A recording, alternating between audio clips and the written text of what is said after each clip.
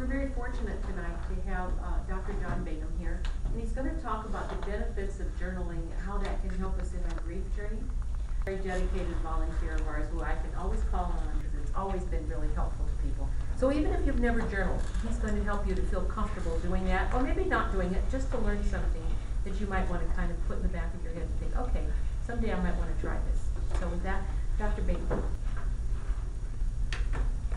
I'm John Bingham. I'm an Episcopal priest as well as a licensed marriage, family, and child therapist. I've been journaling now for over 40 years, and it really makes a difference.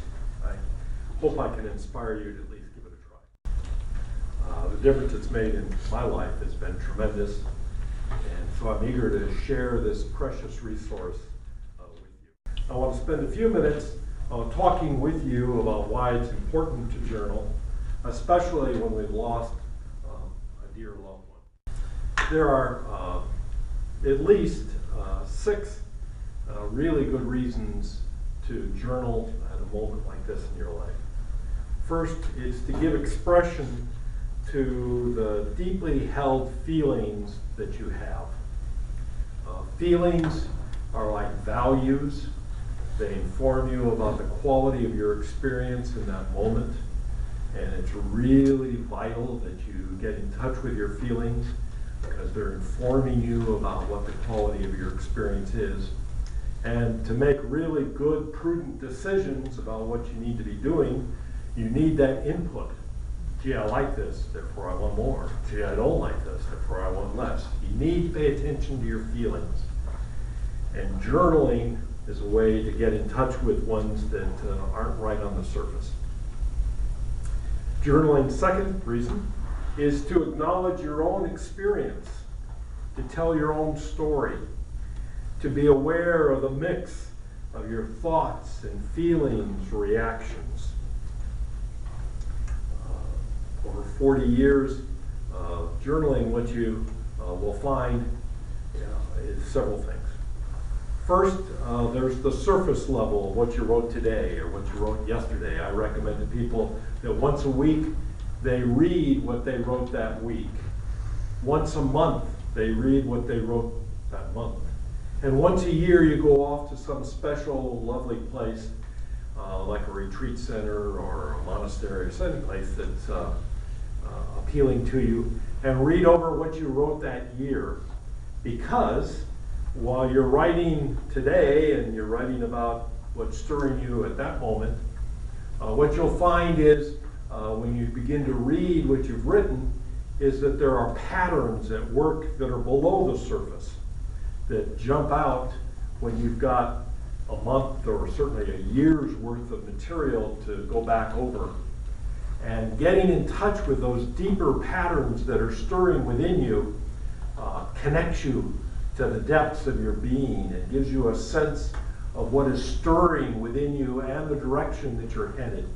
And you'll come away from that weekend of reading a year's worth of your writings feeling, I think, really uplifted and refreshed and re-energized in a way that talking about it you can't imagine, but it's really powerful.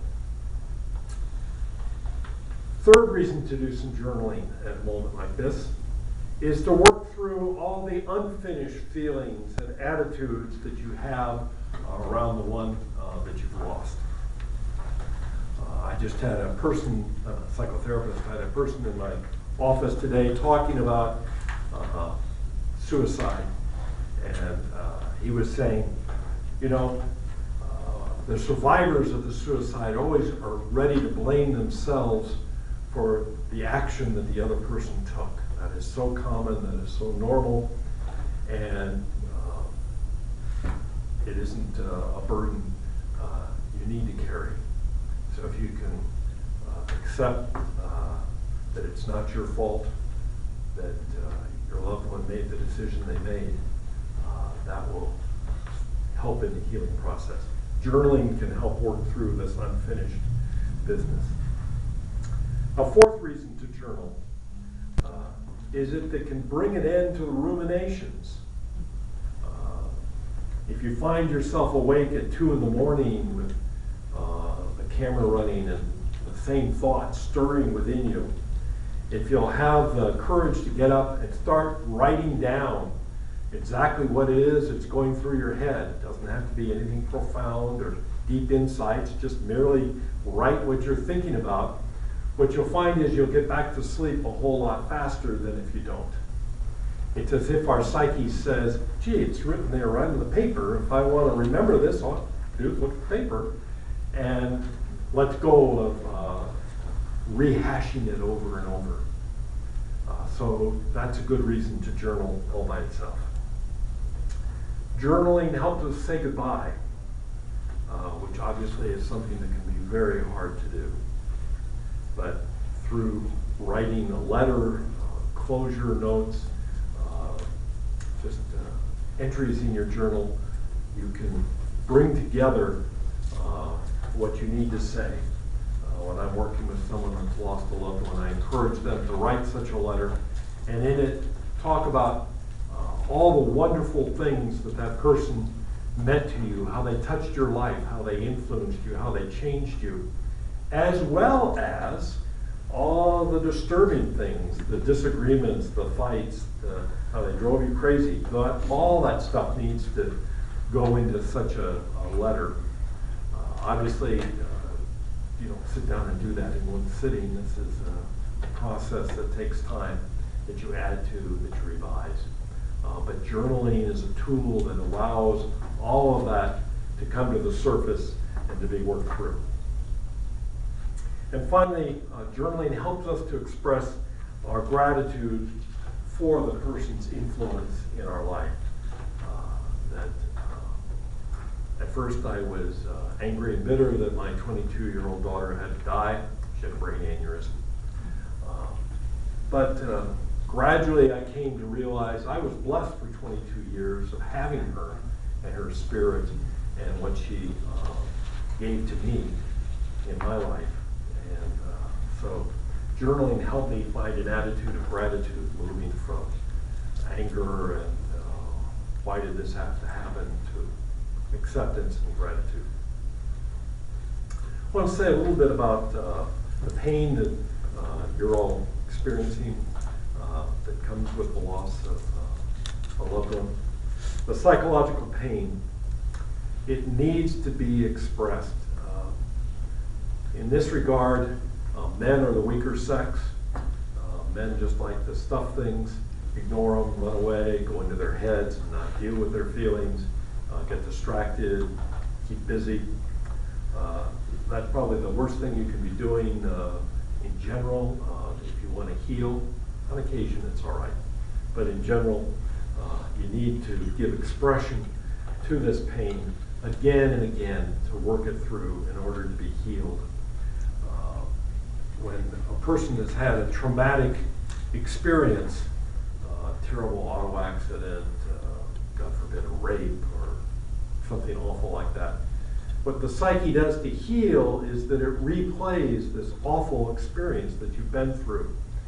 And current thought is, oh, we got to get rid of that, we got to get rid of that. But in fact, that is the way the psyche heals. It has us replay it until it becomes normalized, until the sting goes out of it, so we can talk about it, recall it. We don't repress it, we don't deny it, but it doesn't carry the sting anymore. And that's the natural way that healing occurs. And if we try and cut that off, we're postponing our own healing. So the journal is a place where that material can find itself.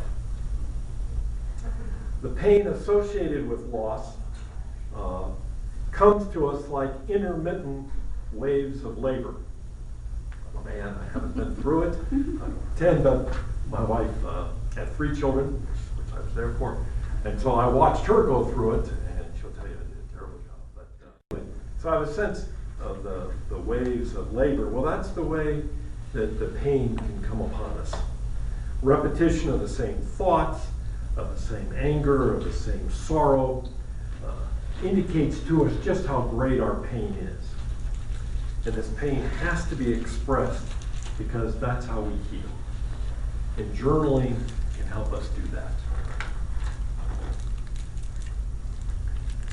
Don't be afraid that what you'll uncover while you're writing will produce more pain than you're able to cope with. You'll find that you can only go as deeply as you possibly can at any one time, that your natural protections, your resistances will keep you from going beyond what you can handle. So don't be afraid to dig.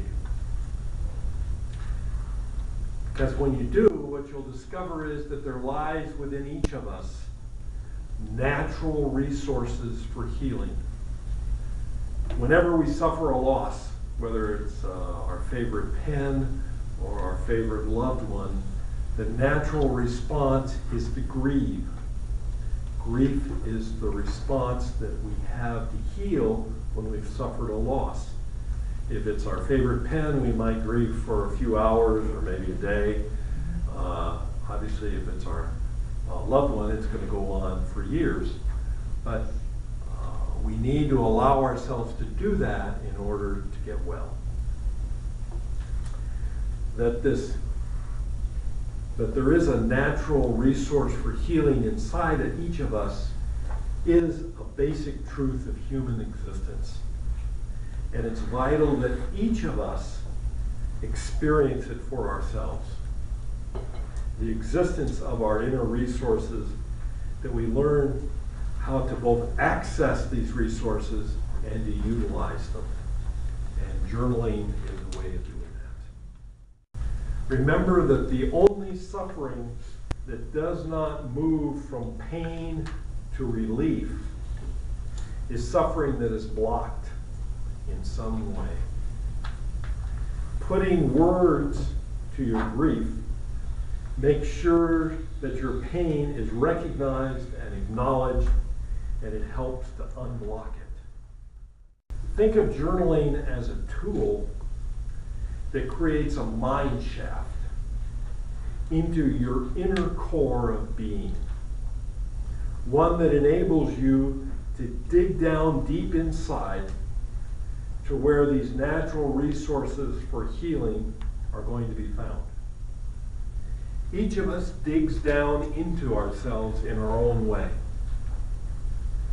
When you strike gold, that place within where the healing does occur, you will discover the place where this living natural force resides, a Holy Spirit, if you will, that awakens and re-energizes and renews us.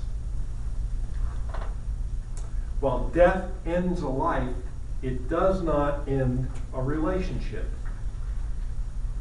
Through dialogues and other techniques of journaling, you can keep alive the memory and the spirit of your loved one